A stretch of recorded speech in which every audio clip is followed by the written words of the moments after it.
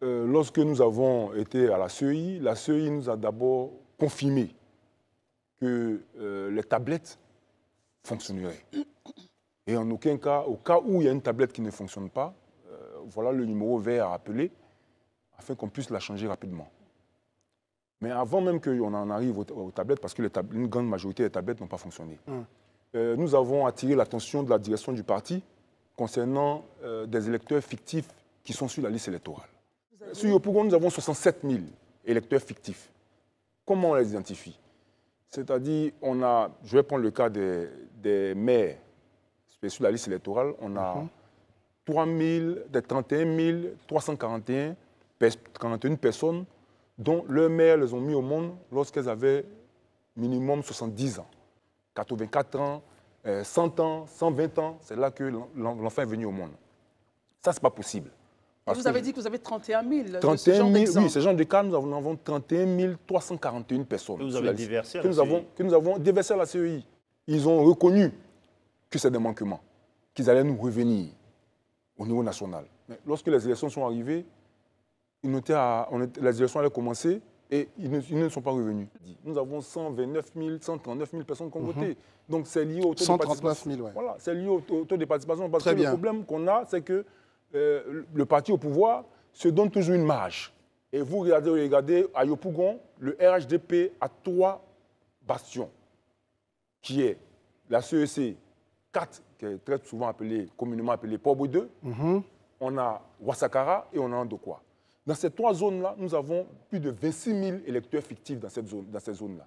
Les électeurs fictifs, comment ils font pour voter? C'est la question qu'il faut poser.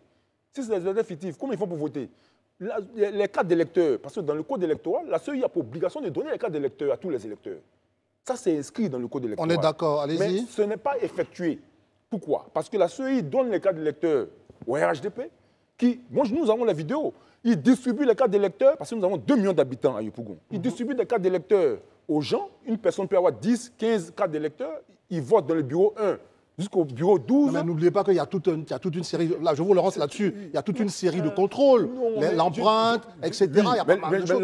L'empreinte, c'est sûr, mais la tablette ne marche pas.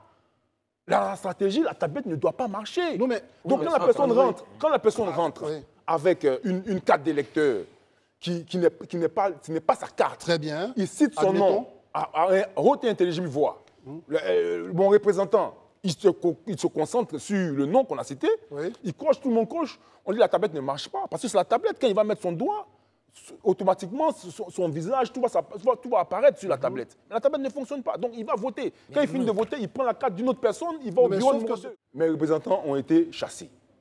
Mes représentants ont été chassés, c'est sur la base du fait qu'ils ont reçu une formation pour dire que s'ils arrivent dans un lieu de vote et la tablette ne fonctionne pas, qu'ils informent immédiatement le responsable, le superviseur qui va appeler le responsable de la CEI. Parce qu'il nous a mis en confiance pour nous dire que si une tablette ne fonctionne pas, ça ne peut qu'être dû à une batterie. Les batteries peuvent durer 10 heures de batterie. Alors, et on a donné encore 2 batteries en recharge. Mais concernant mes représentants, lorsque je me suis plaint vis-à-vis du représentant général de niveau de Yopougon, quand je l'ai informé, il m'a dit que non, ne t'inquiète pas, nous allons les remettre. Est-ce que c'est ce qui a été fait? C'est ce qui a été fait. On les a fait rentrer à partir de 10h, 11h. Sur la base des élections législatives, nous avons gagné dans plusieurs zones. Et pour ces élections-là, par exemple, je vais citer Mamiadjoa, Saint-Michel, Kouadio, plusieurs de ces zones-là, les unes sont arrivées dans ces écoles à 13h, 14h. Vous voyez? Donc les parents étaient là, il n'y avait pas d'une pour voter. On est sur la liste électorale de Yopougon, nous avons 163 000 électeurs qui ont des noms à résidence à Caen. D'accord. Voilà, 163 000. C'est sur vrai. 500 000. Voilà. On en a au niveau pour les Malinqués 100 000 et on en a aussi pour les coups 43 000, 45 000. Donc, lorsque les gens arrivent dans les bureaux de vote pour essayer de voter, dans ces zones, parce que quand vous regardez le bureau de vote, sur les listings électorales, le BDV numéro 5, numéro 4, numéro 6, très souvent, c'est ceux qui ont le nom KKK qui sortent là-bas. Voilà. Et très souvent, les unes ne sont pas présents. Et c'est au niveau de 13h, 14h que les unes arrivent.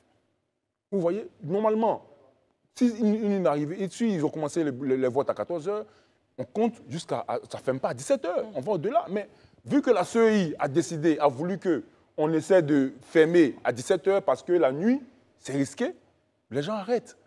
Mais c'est pourquoi je dis, vous allez voir la majorité de ces personnes qui ont gagné à Abidjan, Oui. ce n'est pas de nouveaux maires, c'est des maires aguerris. C'est des personnes qui ont quand on parle d'Abi Raoul, il a fait au moins 5 ans, 10 ans. C'est la même machine. C'est la même machine, oui. C'est C'est la même organisation, mais je veux dire que c'est des personnes qui ont l'habitude des élections. Qui ont l'habitude. C'était ma première fois de compétir en tant que maire. Et il fallait avoir 2400 personnels. Le personnel, là, 2400. On ne peut pas comprendre, on ne peut pas contrôler la conviction de 2400 personnes. Il y a des personnes en qui on a mis dans les bureaux de vote qui n'ont pas fait le travail qu'il fallait. Eux, ils ont été élus maires, donc ils repartent avec leur même équipe qui sont intransigeants de conviction. C'est ça, on dit que c'est des personnes qui sont aguerries. Quand nous avons été élus députés, nous avons gagné le ministre Gilbert Koné Kafana avec 4500 voix d'écart. Nous l'avons gagné avec 4500 voix d'écart. Non, laisse-moi finir. Nous avons gagné Gilbert Koné Kafana avec 4500 voix d'écart. Lorsque les résultats devaient être communiqués au niveau de la CEI locale, ça n'a pas eu lieu. Ils ont pris tous les procès-verbaux et la CEI nous a informés pour dire venez, rejoignez-nous à la CEI centrale avec vos PV. Quand nous sommes arrivés, Kubé, il est là, il vit toujours. Il a dit, mais Gilbert Koné Kafana est le ministre des institutions, c'est notre patron à nous tous. On ne peut pas accepter qu'on l'humilie inutilement. C'est le président de la CEI qui aurait dit ces propos. Moi, j'ai eu des échauffourées avec lui. Il m'a dit que je n'avais pas le droit de programmer les résultats. Et quand ils ont proclamé les résultats, à Yopougon, nous avons gagné avec 300 voix d'écart. Alors que les résultats qui étaient en notre position, c'est 4500 voix d'écart. En 2021, j'ai été élu député parce que nous avons été dans la rue. Dans le Haut-Sassandra, le PDCI est allé en alliance avec le PPACI. Avec un candidat, PDCI, qui était Didier Madi, qui a toujours gagné le RHDP. Lui seul, et cette fois-ci, il va en alliance avec le PPACI et il perd. Moi, je vais le dire sincèrement, toute sincérité. Même si nous étions alliés en alliance, la CEI allait donner Adama Bitoro vainqueur.